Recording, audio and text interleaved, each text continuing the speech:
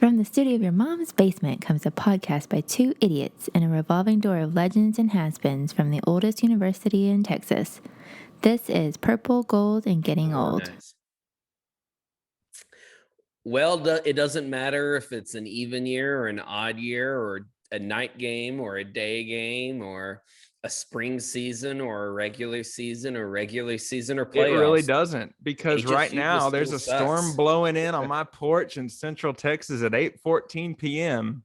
We're gonna do that. I was just HPU. Hey, no, actually, HPU does not still suck. Have you seen their 4-0? You really?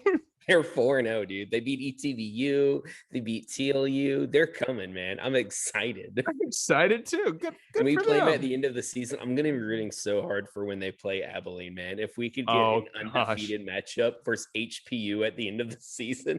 And if Hardin-Simmons loses to Howard Payne, man. we might as well. We've given props to HPU, and that didn't happen. We might as well just leave that in here. But I will say, as Tyler did say, no matter what year it is. Oh, you're lagging. Yeah, you were too. Oh, okay. Well, you know who else is lagging? Hardin-Simmons, because they lost. Not just their football team, their entire institution for trying to stay open. You went there.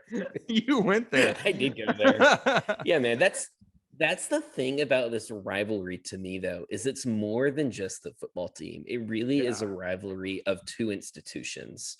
Yeah. Because you think about h.s.u. used to be kind of the premier school for like small Baptist kind of college, which that's a really like in Texas. That's a really niche, but they were king of something, right? Don't let Baylor hear you say that.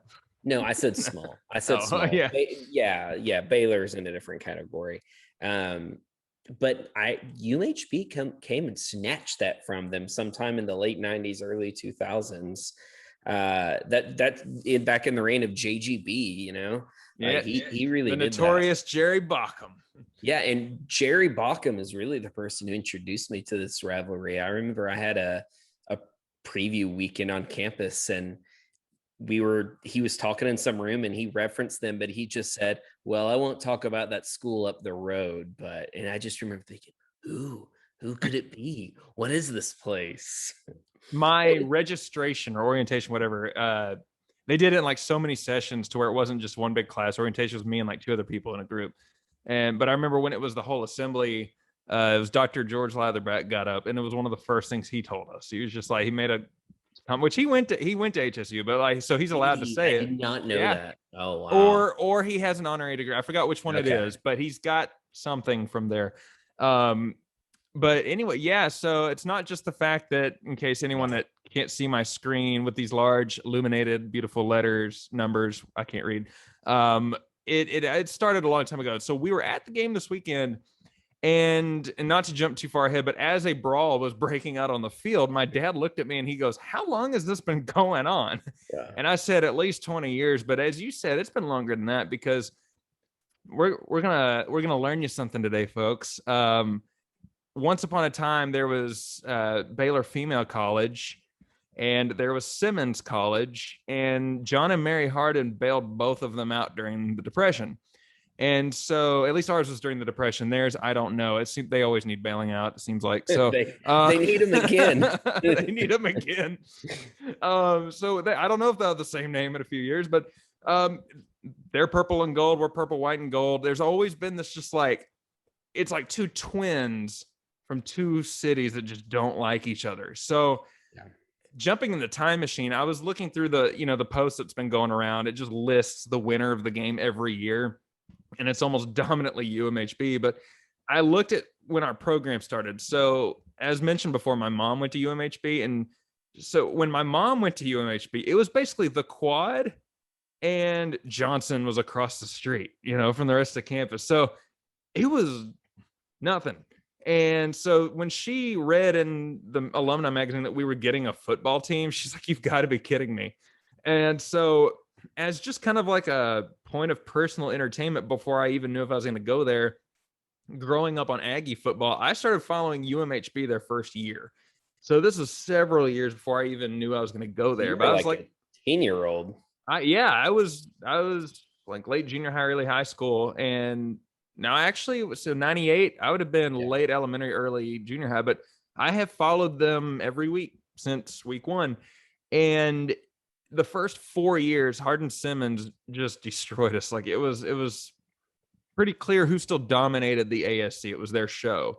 So naturally, they didn't like it in 2002 when we finally beat them. And then in 03, it was one of those years we actually ran away with it. It was like the first smacking we ever gave them. So kudos to Coach Pete, for taking a very young team. It was like the senior class basically finally got their win.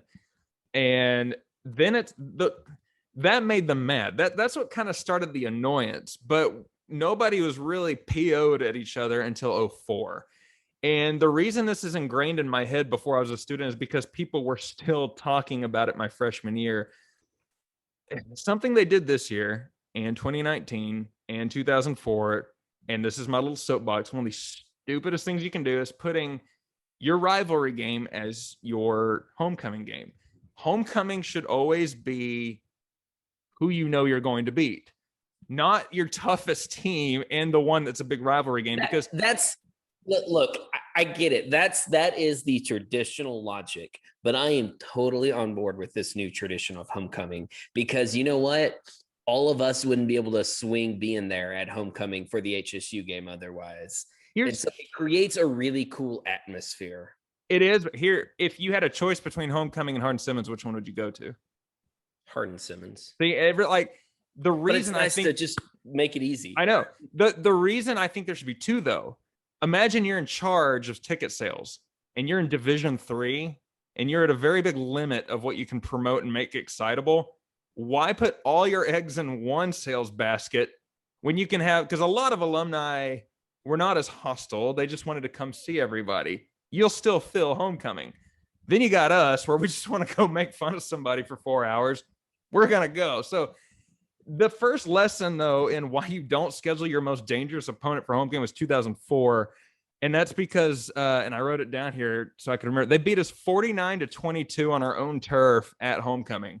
And Tatenda used to tell the story at tailgates before we would play them. And the seniors would be like, dude, stop. We don't want to think about it.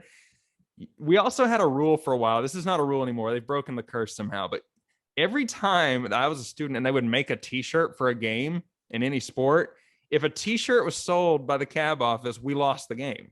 And it started with homecoming 04. They made a shirt, and imagine the school allowing this today. It just says, "We just don't like you." That was the homecoming shirt. And on the back, it said, "Our house, your house doesn't really matter." And then there was a little parenthesis that said, "Number 1 at home, we fixed that." So it was everything from our last win in Abilene on a shirt. And they put every smack phrase they could. And people were still wearing them up through like 07. But everyone shows up to the game in those, and we got obliterated. And at that point, the D3 media and in Canyon, a couple of friends of ours actually went to Hardin-Simmons. So they were already talking trash to me. They're like, "Hey, man," at this point, I was already looking at going to school. They're like, "Hardin-Simmons is going to be national champs this year." D3 media is saying it. We played them in playoffs and flipped the score and beat them 42-28. So naturally, the anger they had from us finally beating them was just like, that was really, I think, where the hate fest began. And then after that, it was just, we destroyed them in 05, which didn't matter because we lost to Howard Payne. We've got to quit talking about Howard Payne. Starting in 05, well, I guess technically playoffs in 04. That's where we went on a long run where they did not beat us until 2015. Right. And but we were still nervous. So when I got there as a freshman in 06. We're still nervous in 2015. We're still nervous. We weren't for a few years, but I was nervous for about a week before this past one. But and y'all, I'm talking a lot right now, but we're going to reach a point where I graduated and Tyler got to witness more of it. But it got to the point. So freshman year, I remember Tatenda would walk around singing a song about "They Ain't Ready." That was his thing. And he would everywhere on campus would sing it. And I remember the rest of us were like, "I don't know. I think they kind of are, because we may not win." Because we lost to Christopher Newport. First game of my student experience, we lost. And I was like, great, I came to school here and now we suck. But we ended up really good, and we beat them pretty badly at home. Naturally, we got them at home in the playoffs. And that's where it was the classic game. It was a close game, long time. we came in from a funeral, nearly wore our suits to the game. Like we were rushing to get there that day. They got so mad about losing that their students, they kept counting to 3 and jumping on the same bleacher. We're like, what are they doing? Finally, they got down and they lifted up and they ripped a bleacher out of Tiger Stadium and threw it to the bottom rail. And we're like, did they just Texas Tech our stadium? Like, I know they're from out there, but come on. So couch crew is just booing the crap out of them. And the cop, like we waved the cop down. We're like, look what they're doing. They're trying to rip the second one out. And the cop just kind of chuckled and looked at us. So the couch crew turns and they all just start booing the cop and harassing him. And the home side started booing. All the parents are booing. And so it was like a big deal after that. And then my sophomore year, it like rotated. For the next few years, it was Close and Belton. And then we go to Abilene and just wipe them out. So sophomore year wasn't even a thing. But that was the year where I was crunk. And for our first time viewers, the mascot. Also, and your sophomore year had one of the best pranks between our campuses. It did. We're not going to name anyone at the moment. I'm just going to say that some individuals may or may not have spent the night there pretending to be preview students and made a mark on their field with a big C. Legends, among other things that went on. And we'll hopefully let them tell that story here. But that was the year where I got to witness their couch crew, because both schools had what they called a couch crew at that time. And whenever UMHB scores, and they still do this, the cheerleaders line up and they do like a flip line down the end zone. And keep in mind, this is my sister's first college football game. She was like 11 or 12 years old. She'd been flipped off in the parking lot. They were throwing stuff at our tailgates. And I go down there in the Crusader outfit, waving the sword around, the cheerleaders flipping, and I heard someone yell, excuse my language, damn, how many of y'all are pregnant? Looks like all of you cows. And I was like, really? Really? So we leave, and it kept happening. Like every time we scored, we didn't want to go do the celebration because it's like we were right in front of them. And by the end of that game, when we scored what was basically the go-ahead for the win, I did this like taunting dance with the sword. And I was like pointing at one guy. He throws his stuff down and he charges me around the track. And as he's coming to our section, 2 guys, Weston Savell and Jeremy Williams, are kind of egging him on. And he comes sprinting and the cops go and like obtain him. And so that was my Abilene experience. We have a guest coming up here in a week or two, if all goes as planned, Grant Hickman. He can tell you an elaborate story about the previous Abilene one before that. It involved jail and beer and their fans. So yeah, I'm glad you go. Oh no, I was just gonna say, like, we have officially reached the point where you enter the picture. Yeah. Well, I was just about to say, I'm glad you set up how terrible some of their fans have been in the past, because we're going to tell some hilarious stories, and I don't want it to sound all too one-sided. Oh, yeah, no. What I have observed is h.s.u. fans can go through a period where they will just not care. It's just like you beat us every year, it's fine. But then they start to get good, and they get into it. Mm-hmm. They get their heart into it, and they just pull a little tink. They get their hearts. But when they're into it, and this last game we were at, we'll probably maybe get into it, was one of those years. Yes. I think their fans are much more inappropriate, I guess, than our fans. Yeah. We were both very rowdy. Intense. It's rowdy. We try to be funny though. Yeah. But like we've never been straight up destructive. And then like they were yelling FTC. Yeah. I'll let your imagination figure out what that probably meant. I'll spoiler alert, the C stands for crew. So figure it out. I think I'm biased, but you know what, they still suck. So I think that when they do engage, it's much more aggressive and destructive. But so it makes it so much better though, and especially when we win. Oh, I know. Those are my favorite games. They're not the games where we just crush them, because then they don't care as much. I love the games where we just give them a chance and they just like, we're gonna do it, guys. And then we break their hearts. As stressful as those last two were that we've witnessed. Amazing. It's just I drink there. bitterness that they have. It's amazing. Your Their storm freshman club levels year, are through the roof. your freshman year is a prime example of when both fan bases cross the line. Yeah, well, that's so the reason I said thank you for setting up how terrible their fans were, because 2008 is a great example of when our fans, including myself, could go over the top. So we played them twice. They were a top 10 team that year, really great. I want to say, I'd have to go back and look for sure, but the combined winning, we won both games, but the combined winning margin was 3 points. I think it was 5. If I'm either way, it was basically a missed kick either way. Yeah. It was, and it was because they missed extra points. They had I think a bad kicker in one and an injured kicker in another one. Same guy in both. They didn't lose the second one on kicks. I think he was, but they lost kicker though. Oh, okay. Yeah. Basically, what he's referring to, folks, is during the pregame prayer. At this point, I was no longer a mascot. I was a couch crew captain. So we would quiet everyone down. You know, we weren't, like Tyler said, we had some morals. If people are going to pray, we let them pray. And they all get down. They say the prayer. We get quiet. And we won't say which kicker it was, but one Hardin-Simmons kicker got up and proceeded to give us a hand sign that it wasn't very friendly and run off. And so our fans went ballistic on him. One fan telling him where he was going to spend eternity. And so it already just got out of hand very quickly. Game was hostile. Dude missed at least one field goal, and we beat him by a field goal. And one of our couch crew captains decided that we should encourage that kicker for ruining the game for them. And so sent out a very friendly Facebook message to a bunch of UMHB students saying, hey, here is their kicker's Facebook page. Why don't you go encourage him? In which was my first experience with doxing. I wouldn't have had that word for it at the time, but that's what it was. Some people sent cards, y'all. People sent like legitimate Hallmark cards to this guy. Like they got his mailing address and were sending get well cards. Dude, you just reminded me of a prank that I did. I had completely forgotten about. We sent Justin Feaster a graduation card after his final year with all of the scores that he'd played against us. I'd forgotten about that. Messed up. Okay, Justin Feaster was a great h.s.u quarterback. He's one of their best. Just an all-time great D3 quarterback. He is.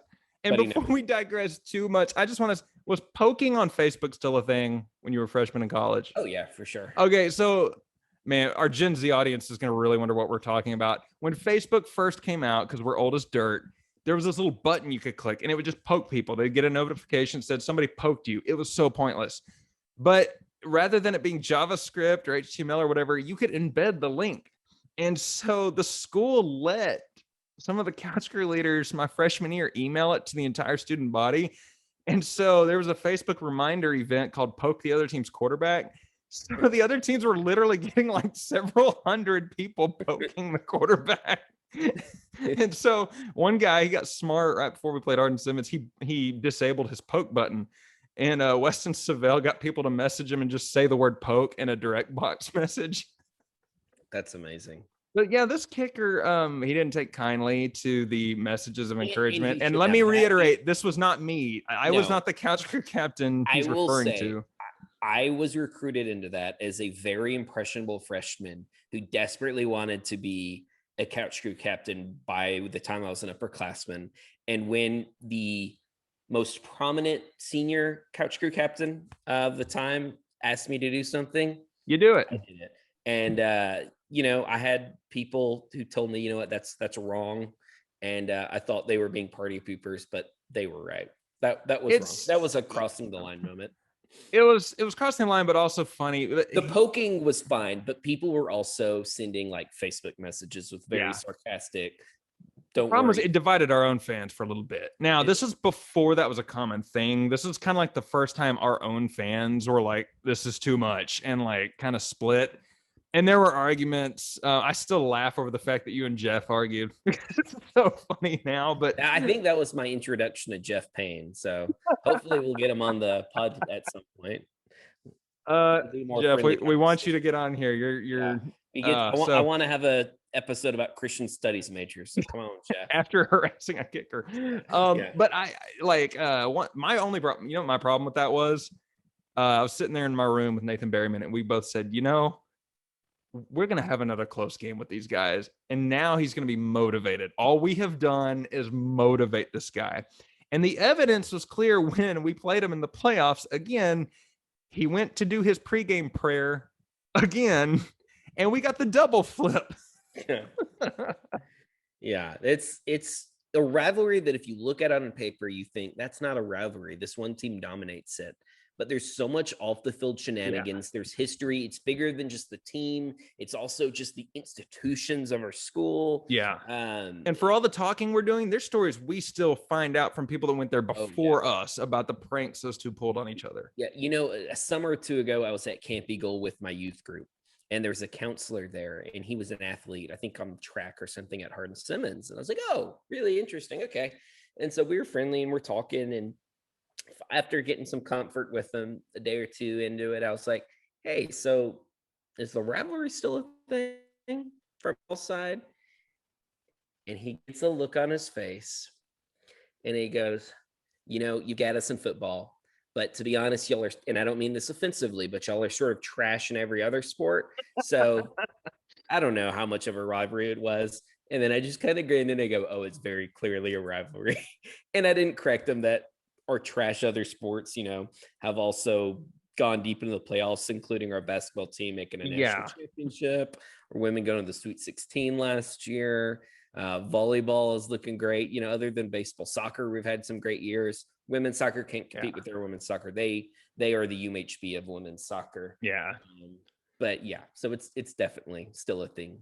Well, we went from them calling our cheerleaders pregnant cows and us sending cards to their kicker to 2009, which football wise really wasn't a huge heated thing. I mean, when I say it wasn't huge, there's a standard level of things that happen no matter how good or bad a team was.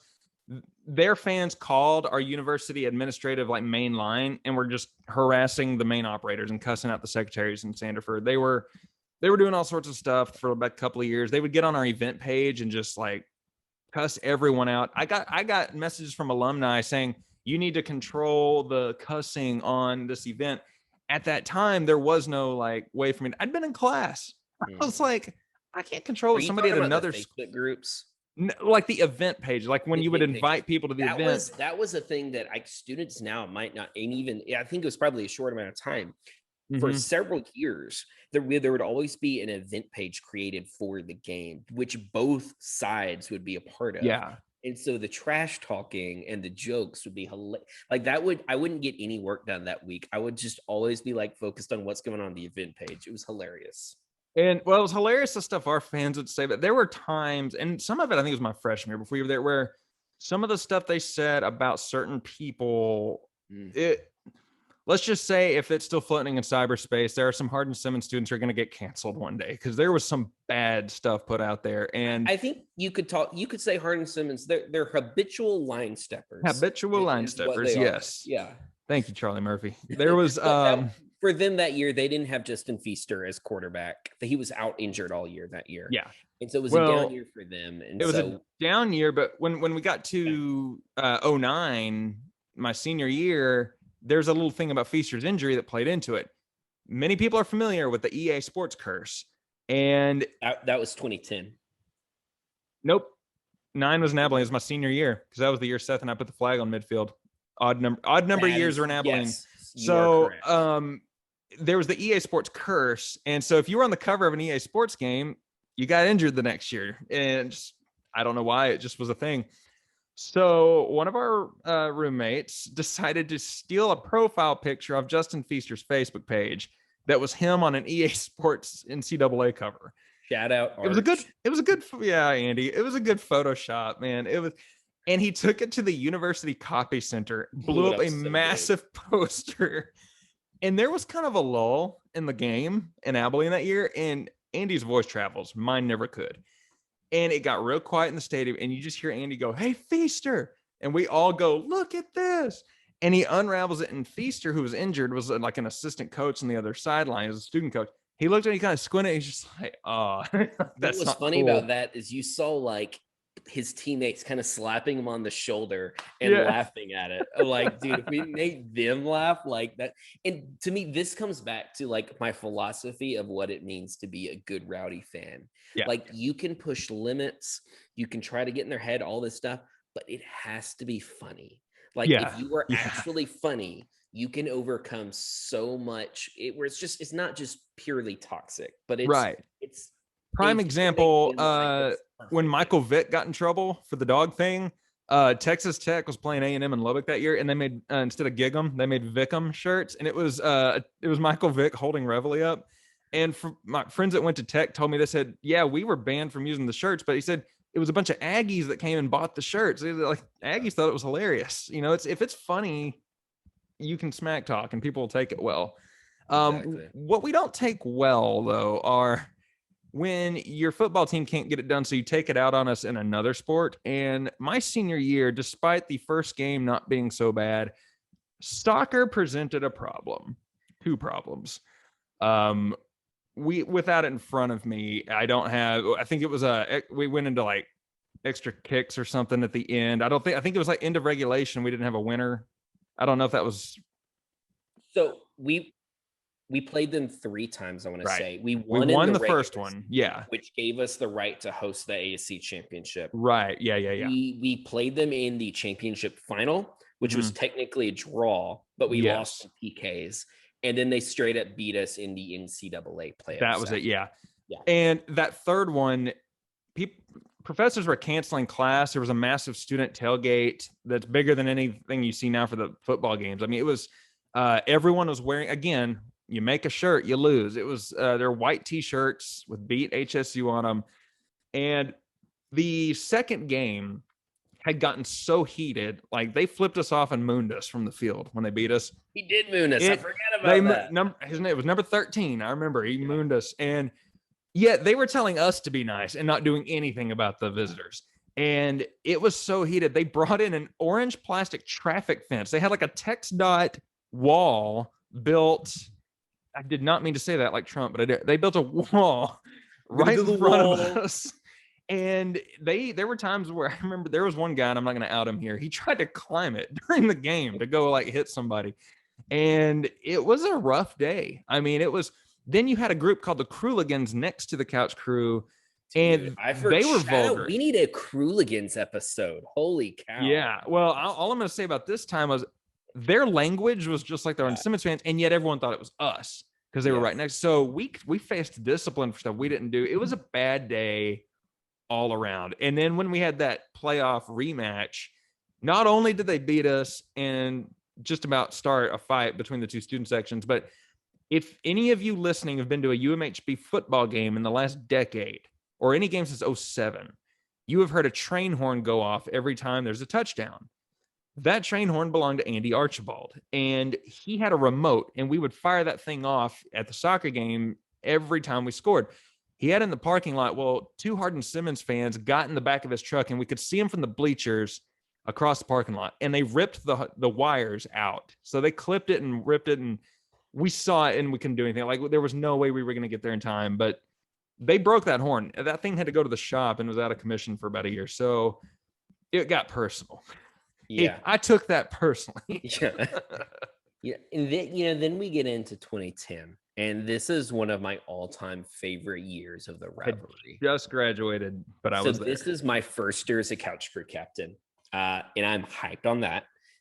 Justin Feaster's back, and every couple years you get from the D3 media just this push that it's like, hey guys, this is h.s.u's year. They're gonna do it, and I don't know if it's just like because how many close games they think that just has to happen, or if it's just a good sounding storyline. We had a little bit of that this year, but 2010, it was big. And I gave one of my first preseason speeches as captain to the crowd beforehand, and everyone kind of knew it about what had been going on as far as the media. And I was just like, they hate us. They don't think it. And it didn't matter. I could have said, hey guys, peanut butter jelly sandwich. And everybody was just like, wow. And this was right after the World Cup and the 2010 World Cup.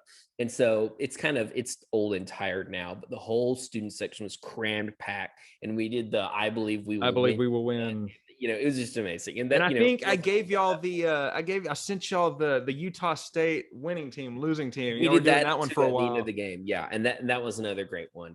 Yeah, winning team, losing team. Yeah, I can do it on my screen. And so, but there were a couple pranks that happened on our campus that year. Yes. And we're not going to tell y'all everything we know at this point, but we can tell you what happened to us, because there are others who would probably want to be present to tell you some stuff that's been uncovered. Well, so one of the things that happened was a funeral wreath was sent to the field house, which had rest in peace UMHB. And I heard death to the crew that Pete jumped on it and made a whole big thing out of it. And I remember when I was being told that, who was it that told me? It was at a soccer game. Maxie, if you remember Maxie, big offensive lineman, was telling me and Andy this, and his eyes were this big. He was like, "Yeah, we're ready to go. We're gonna get him." I was like, "Dude," and honestly, let me add to that real quick. Hardin-Simmons looked better at that point. It wasn't just hype. They actually looked like they probably could have beat us that year. Yeah. You called me and you were like, did you send the wreath as a joke? And I was like, I'm not doing that to hype up the team. Yeah, it was great. So we're only gonna tell what happened. We're not gonna tell how it happened for this or things that have been uncovered. Yeah, in sorts since or not uncovered that we have learned. So a few of us came back for that game that year. That the night before that game, game of Running Man, things got out of sorts, because as the campus is running, essentially it was a massive hide and seek game that involved trucks, and you have alumni there with students. So people started to notice some things happening in the shadows. One of which was there were now handlebar mustaches and cowboy hats and bandanas on the Jesus statue in the garden by the historical park. The Iron Maiden lady, the Crusader statue, is decked in cowboy stuff. That ain't right. But what's really wrong is everyone kind of gets back to the starting point where all the trucks are parked. Every truck, car, everything, including mine, was tagged with anti-UMHB slogans. And some of them were rather dirty, and let's just say some pictures you might have seen in your health class in 7th grade on windows. Across windshields. And let's just say the game ended right there because a crowd dispersed. The armies, the masses ran into the woods. Here's the problem. Everyone playing Running Man, you wear black and you paint your face. Now everyone's decked out in black so that no one could see them. And so everyone started tackling each other, and everyone, if you found a student you didn't know, you thought it was one of them, And so it was later discovered that Hardin-Simmons fans were staying in Salado. And from what I understand, some of our folks went down and repaid the favor that night. So at the game the next day, we've got to get a follow-up episode to this. We were sitting in Whataburger, the packed out place, like it was a lot on Saturday nights in Belton, and someone just opened the door and goes, "Guys, we found where they're staying. They're down in Salado. We're all gonna get them with us, get them." And we were just like, "We're good." Keep in mind, I hear it's almost 3 a.m. Someone's like, "Y'all going to Salado?" I'm like, who's going to Salado at 3 a.m? We're gonna go get them back. It's like, oh, so. We were at the game the next day, and my wife and I, we were engaged at the time. We weren't in the couch crew section that day because I wasn't going to go be the has-been that was in the couch crew section. So we were up on the front side, and I wouldn't say the couch crew section was quiet, but it wasn't any louder than normal. It was kind of just itself for a while, but there was a tension to it. It was it wasn't louder, but it was more intense, if that makes sense. And I was there. Let me tell you, it was rowdy in a we're mad way. Yeah, we were. Yeah, things were. We were not all yelling things in unison because you couldn't yell the things that was being said in And that unison. was the one game a year where the school kind of turned a blind ear to, or deaf ear, blind eye to what we were doing. And the h.s.u. fans, they came in number. They had a giant cardboard cutout screw, like and they were just yelling, "Screw the crew, Yeah. screw the crew." So where Hannah and I were sitting, we kind of got the bird's eye view of y'all and their side, and we could kind of hear stuff from both, and they were mad. It was no longer just like, oh, it's a rivalry. It's like, wow, these people are really angry at each other. Like, I wouldn't want to be at Walmart when they're walking in, And thankfully we won. I guess the wreath was enough to put us over the top. But that one was flared up. And honestly, after that, like, it died down. 2012 for a while, we dominated. It died down. They had an older coach who was at the end of his run, and the program really sunk in. We talk about every year that like the winner of this game goes on to win the ASC every year since 1998. Yeah. And that's technically true, but there was a lot of years there in the middle there where we were winning it, but they were not our main competition by any means. Y'all did something hilarious in 11 though. The couch crew that year they took signs and they made a sign with the score of every game from the past like 10 years and just draped it over the front rail. And that was one of our prouder moments there. And this was towards the end. So I believe, was that the last or next couch crew ended in 2012, right? Because there was at least 1 year of the old stadium where it did not exist anymore.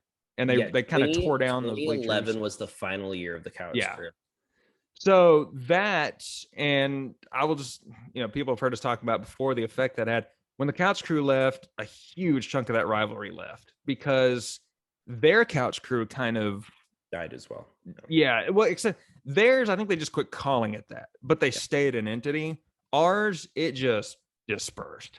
And you could tell like there was an absence of what kind of provoked that rivalry. And so really all it became was just one team beating another. And whereas before it was kind of like Texas, Oklahoma, h.s.u. was like they had Texas's back syndrome, and then they would still lose to their rival in a close game. It was like, but it had been fiery. Yeah. And in that time, their old coach who had actually, and this is a part of this rivalry, they had a longtime coach who had won all of their AC championships, when Pete had come into and got hired by UMHB, he had been I don't know if I would say mentored, but the h.s.u. head coach showed Pete the ropes of the ASC and of D3. And so that's a big part of this rivalry too. But he stepped down and they hired someone from within, Jesse Burleson, who is there now. And it took a little bit for him to build it back up. But 2015...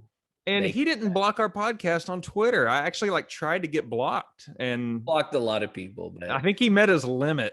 Yeah, I still haven't been blocked. And I actively tried. I tweeted that he blocked Tyler, and he might as well because that's the only block h.s.u. was going to get on UMHB this year. It wasn't completely accurate, but no, I wish. So yeah, we kept winning.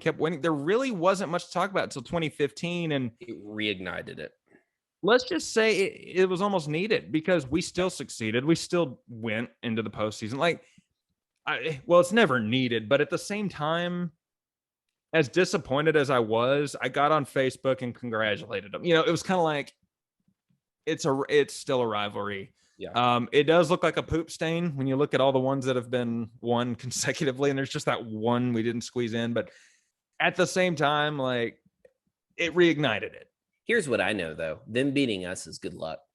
2004 was the last time they beat us until then, and we went to our first Stag Bowl. Yep. Beat us in 2015. We didn't go to the Stag Bowl that year, but we did the year after that. Yep. And the year after that. And the year after that. So. And strangely, that you can't. This is why we can't have nice things phrase. We win the Stag Bowl in 2016. Life is great. We run the world. Little did we know that Hardin-Simmons would later be able to play off our Stag Bowl in our rivalry.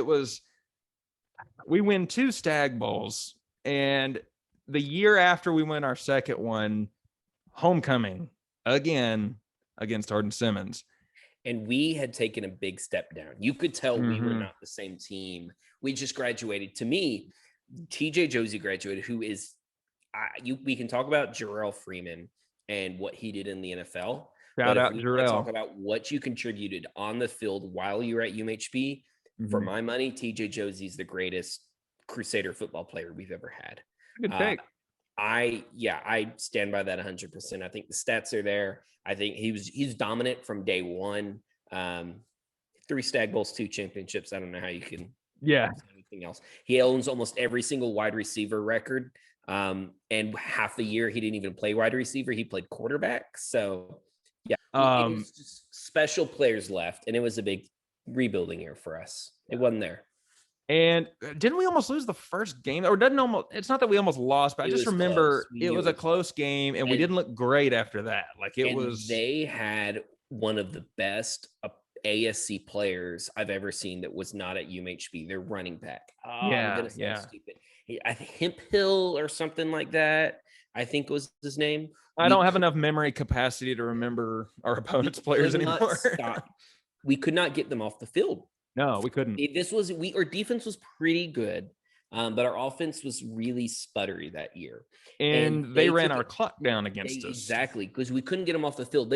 This running back every play would get 3 yards, 4 yards, and so we'd stop them once they got to the red zone, but they take off 7, 8, 9 minutes to drive, and our offense could never just get anything going. We were down the entire game. And speaking of running things down, the reason I brought up our Stag Ball and them using it was because going into that game was the announcement that they were going to strip our 2016 title as well as our 16-17 wins. I could do a whole podcast episode on why taking away wins is never the right punishment for a program, but I substitute your reality. I reject your reality and substitute my own NCAA. Oh yeah, no, we all know who won in 2016. We all know who won, and honestly, I still say that the school should have left the 2016 on the scoreboard if they were allowed. I understand there may have been repercussions on that hands are tied, but when they first took those numbers down, I thought it was just a really stupid decision. None of us knew, because Andy and I were tweeting every week. We're like, put the numbers back, and then when the announcement came out, it was like, oh, okay, well. Folks, Hardin-Simmons, we told you if it's funny, I'm not even mad. They made T-shirts that had the ASC trophy on them from the past few years. And it was like real conference champions brought to you by Pete Subaru of Belton. Do you recall the end of the great early 2000s film 8 Mile? I couldn't remember the whole movie, but yeah, I remember. That's a shame. So Eminem, or Rabbit, is in a big rap battle with the Falcon. Except he wasn't the Falcon at the time. And he decided to make fun of himself. And then at the end was basically like, and now you have nothing to say because I've said it all myself. That's what I did for that game. Yes. I remember that was well played. Yeah. You got I wanted one of those shirts. We had people on our side wearing shirts. It was like a stand with Pete. And then their side just rolls in. They always bring an army, and they brought their whole side in. And I think I saw one of their fans. I said, I just want you to know, we're not even mad. We're impressed. Good job. That game, we do give props when they have something good. If you ask me the most nervous I've ever been in a sporting event, here are my 5 games that come to mind. A&M, Texas Tech, 2002. We lost in overtime. Canyon High versus Randall High, my senior year, lost on the last second kick. You can see where this is going. When I get nervous in close games, we usually lose by a kick. A&M, Texas on the last play. I'm still a repressed memory. So naturally in 2019, whenever we've been getting our butts kicked all day and we barely hang in there and trailed the whole time, I don't have a good feeling with a few minutes left. And we had our friend group, the notorious Friar Tuck family, shout out Tucks. We're sitting up there in the top corner, and I'm just like, okay, we're all together. Is this really going to happen? And we're all going to be here to see it. This kind of sucks. Yeah. 5 seconds left on the clock, and there's still confusion. And I remember you turning to Andy and saying, we just lost. The reason I said it was I just knew it was over is because we had driven down the field and we had got what we thought was a first down. Yeah. As the clock was rolling in with no timeouts. And so we were going to spike the ball to give us time to set up and kick. But as we went up there, we realized that the spot of the ball, we were short and it was 4th down. So we could not spike it. And so there was confusion of what's going on as the clock's at like 10 seconds or something. That was when it's over. But so they send Anthony Avila out there. They send some of the other kicking specialists. They bring off some of the people who are going to spike the ball. And they're getting like, there's no time to go, okay, I'm going to kick now. It's just like, put the ball down and snap it and hope there's not a false start. And the son of a gun did it. I know. And he had already missed 3 kicks that day.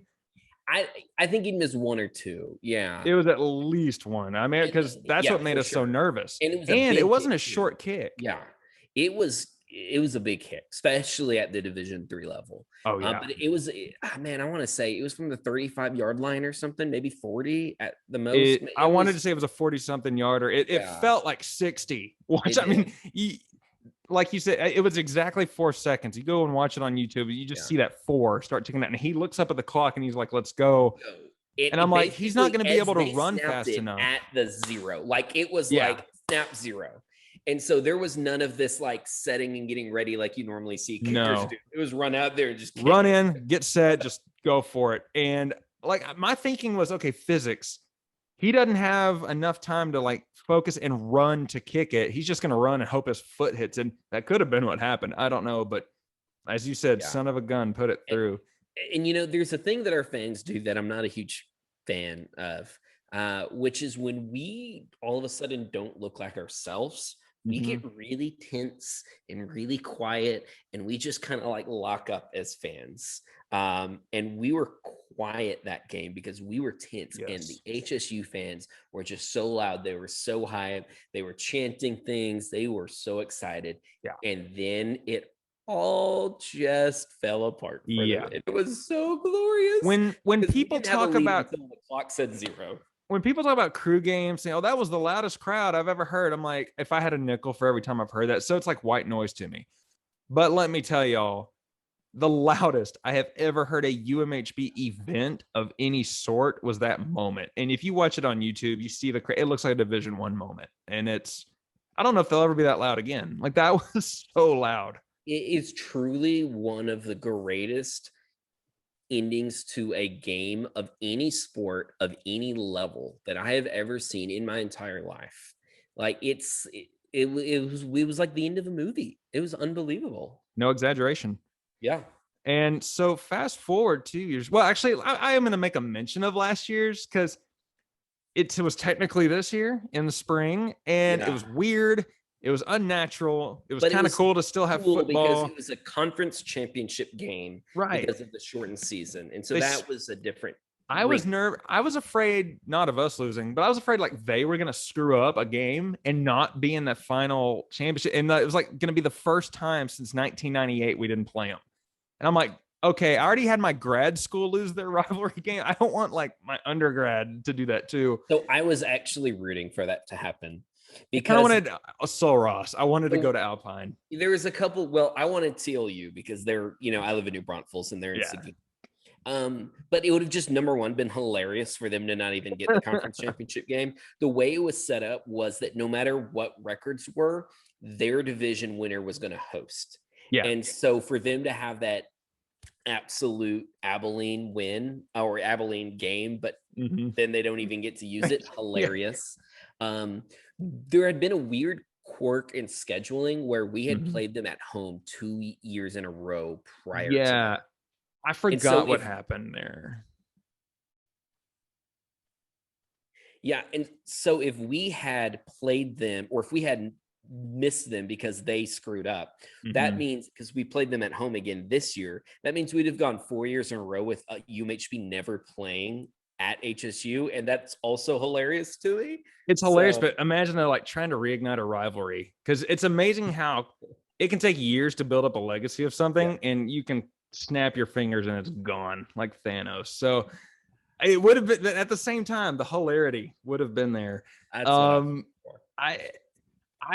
What for me though, the reason that game was interesting was like you mentioned, it was a conference championship, but I was listening on the radio. I actually saw you that day. I was driving down to San Antonio, and on my way out of town, radio started to fizzle, and we were just beating the trash out of them. I was like, okay, it's going to be one of those typical Abilene ones where every time we go there, we kill them. And I get a text from Andy when I'm south of Austin, and he just goes, "Uh-oh." I was like, "Don't say that. Don't say I don't have any coverage right now." So I look it up on Twitter because it's the only thing I can get to work on my phone, and it's like we're close to a tie game with like no time left. I was like, "Are you serious? Are we doing this again?" We won, so it was all good, but I didn't know who won for a while. I had to drive. Another outcome that I would have been fine with, just once again for hilarity's sake. They win and it doesn't count. They would have won us, beat us that year. It sort of would have been hilarious to me because it's in a year that nobody's going to remember in this weird COVID year. And no one goes to the playoffs. Undefeated, win a championship, but they don't get the playoffs. That would have been the funniest time for them to beat us. Yeah, if they were going to win one, that's one I would have wanted them to win. Congratulations on nothing. So that brings us to this past weekend, and that was like a roller coaster of emotion, not because I was overly excited at any point until the end, but as you said at halftime, I'm not mad, I'm just disappointed. I don't even know what to address first because it was kind of a whirlwind of. Well, our guys came out and they looked like they were asleep, and their guys were fired up and ready to go. And so maybe you can say part of our guys maybe are overconfident or maybe properly confident since they won, because there was no urgency out of them. No. But our fans did that quiet tension thing again where they're just like, I don't know what to do with this. Yeah. And their crowd it was the best Hardin-Simmons crowd I've ever seen. They always will pack the away side, but they had a great student section. Like I said, it was chanting FTC. BS, except they actually said it. A-hole at one point, we're pretty sure we heard. I couldn't understand the thing that kept yelling at the ref. And one of the worship leaders at my church was sitting up in the second day. He understood it. Apparently they would clap and they would yell douchebag at the ref. There was just a lot. And as I told you, when I walked over there, the first thing I heard shouted out of context was something I will not say on the podcast, but it was a body part. And it was just it was a weird deal. I was like, they own our stadium and they're taking like one little corner of it. Yeah. And it was frustrating. I had just watched an alumni tailgate do it right in the parking lot. I mean, they tailgated like it was the semifinals. It was great. Shout out to Eric Schoner and the football alumni tailgate. Personally, they always go hard. They do, and I want to thank them. They turned off their music and let me come be the background music with my guitar player for a little while. So I just wanted to thank them while we're on here. And because they listen to this podcast. But in the game, I told my parents. My parents had never been to our stadium, and my mom's an alum. Yeah, because they moved here 2019, but haven't had a chance. And so and I'll tell her they've been to plenty of UMHB games, but this is a new thing. And I felt bad because I had to warn them. I said, look, this is gonna be the nicest stadium you've been in a long time, but you're gonna get probably a subpar 3A high school atmosphere. And they're like, oh, okay. Well, we got there and they noticed it. At one point, they announced a silent auction that was taking place during homecoming. And my dad asked me, he said, is the silent auction in the student section? Because it sure sounds like it. And I hope there's current students listening to this, not because I'm trying to rag on y'all, but man, don't wait until your team decides to come back without you to support them. You got to be the ones to feed that energy, pump the life into them. Yeah, you got to be loud on those third downs and make a home field advantage. You got to organize people yelling things all at once, some coordination, Yeah. So shout out to there's a lot of energy there. There was a lot of passion there. Yeah. But there was nothing to channel it into. There's no guiding it. Shout out to like they need a couple guys. Yeah, Caleb, Logan, and a bunch of their friends. I got to meet some of those guys during halftime. Y'all saw the ones who were. Yeah, they're the guys that were painted up on that row next to the band. We were walking by, me and Andy, when we got there in Independence Village. There was a group of like 25 shirtless dudes like painting out with cowboy hats and stuff. And me and Andy looked at each other and just had the biggest grin. And we're like, there they are. There is hope in the world. It was the Yoda. There is another. Well, I've had some alumni. I had 4 during halftime alone approach me. And they all asked me the same annoying question.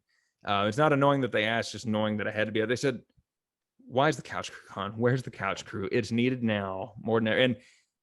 And as I've said before, it's too long of a story for me to tell if I wanted to tell it, and I don't want to tell it. And it was one of those things. One day. But it'll be told one day. But I have also been asked, "Are you ever going to talk to people who could make that comeback?" And I've said no. I put too much time and energy in that when we were there. Saturday night pushed me. So alumni, I hear you. We'll see. I love it. It doesn't even have to be the same thing again. You know, back in the 80s, right? It can't. We've met a lot of the Phi Tuba Luba guys. Yeah. And they were legends of their day. And then that sort of died out. And then couch crew was a thing for, I think, longer period than that. Almost 20 years if you look at it. And see, I want to have we will have a Phi Tuba Luba episode at some point. Oh, yeah, definitely. Yeah.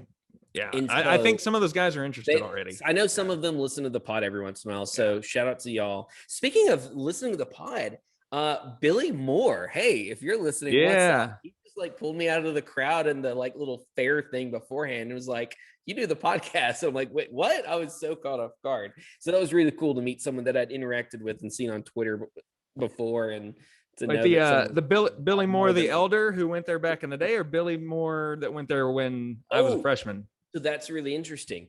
It was the senior. Okay. And he mentioned that he had a son that went there that was there maybe. He mentioned it around the time you were there. He was a senior RA in Getty's when I lived there as a freshman. Oh, okay. That's why I'd never. And he would be a good guest because he has not missed a home crew game since I believe 06 or 05, something like that. Yeah, his home streak is impressive. Very cool. So yeah. You know who else's streak is impressive at our stadium? Hardin-Simmons, because they can't win. Yeah. Love it. I might sound stupid here throwing out stats I'm just thinking of. I don't think we've ever lost a regular season home game in Crusader Stadium.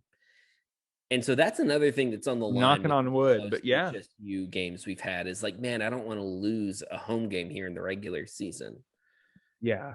Because at least, like, if we lost to, like, if Sul Ross came in and had the game of their life, beat us, I'd be mad, but I'd be like, you know what? Y'all just did that, you know? Like, I hate you, but I respect you. If Hardin-Simmons beats us, I'm just like, I hate you. Yeah. Yeah. You know, one of the greatest moments of the night was we were leaving the stadium, and there's a big group of Cowboy fans walking along the sidewalk. And so I rolled down my windows as my wife like buried her face in her hands, and I cranked up the volume on my radio as loud as I could, playing Willie Nelson's "Mamas Don't Let Your Babies Grow Up to Be Cowboys." Yeah. So that's why I love this rivalry. Just the little petty moments like that. I love telling people who don't know about either school about it, and they're like, these two small, tiny little Baptist schools really do this stuff to each other. I'm like, oh yeah. And what's great for me personally is in ministry, you actually run into a lot of Hardin-Simmons and UMHB grads, whether be it maybe you work with some in your office or you run into them at conferences. That you're in the same industry, and that's part of where this rivalry comes from too. Is like we put out majors and we put out people in similar majors and similar fields, at least within the ministry world of things that interact. And let me tell you, you'd think that us pastors might be nicer about the rivalry, but I don't think so. No. It hit me when I was working for an entirely other university. When I worked for Houston Baptist University, we did the Castle Conference, and it was at ETBU, and this was back in 2018 maybe, and they had bingo night. So I'm like, okay, it's bingo. Okay, we're not talking basketball, football, baseball, anything. It's bingo. And it's a bunch of little Baptist colleges playing each other. And right before the bingo started, they had a shirt exchange where everyone brought shirts from their school and put them upstairs. And upstairs, like, I grabbed a UMHB one. It's actually the one I was wearing at the game this past weekend. It's like from 2015. I went at the end of the night, and all the Hardin-Simmons shirts were still there. And I asked somebody, I was like, did they bring more? And somebody from Howard Payne was like, no, everybody just hates them. It was like all the other schools didn't want their stuff either. Well, down at the bingo event, one by one, schools get eliminated, and others kept tying. It came down to a three-way tie between Hardin-Simmons, UMHB, and Houston Baptist, where I work. So they had a sing off, who could sing their school song the loudest. Sean Shannon was there, and she worked for Houston Baptist before she worked for UMHB. So she and I put our dogs up and our C's up at the same time for both. And HBU ended up getting knocked out, but it was Hardin-Simmons and UMHB for the final. And they start yelling at each other and over bingo at a Christian leadership conference. And somebody from HBU looked at me and said, "You went there, right?" I said, "Yeah." They said, "Are they always this way towards each other?" I was like, "No, they're being nice right now." And they started cheering for Howard Payne was cheering for us, and then we ended up winning. But there were little moments that made me realize the schools still communicate that way. Howard Payne won a round of bingo finally, and all the other schools were like, Howard Payne won something, and it was confusing people that didn't know about those schools. Yeah, it's a special rivalry. I like to call it the revivalry. The Hardin Brawl. The Hardin Brawl. We've never. That's the one thing we've never got a really good name for the I rivalry. think Hardin Brawl is good because TCU and Baylor use rivalry. I know. It actually fits better for us since TCU, the C is in quotation marks for them. We're the real Purple Baylor. Yeah, exactly. Yeah, I don't know. We need a better name than the Hardin Brawl. I think I came up, or one of us two came up with it one year and tried to make it a thing. Yeah. I don't know. We need something. It's true. Well, we'll see what next year holds. Yeah, hopefully we can win. It's been close. Not in Abilene. Nah, we'll be fine in Abilene. Well, I don't have any upcoming updates or anything, but we do have some potential guests in the pipeline I'm excited to talk to. Who we going to talk to?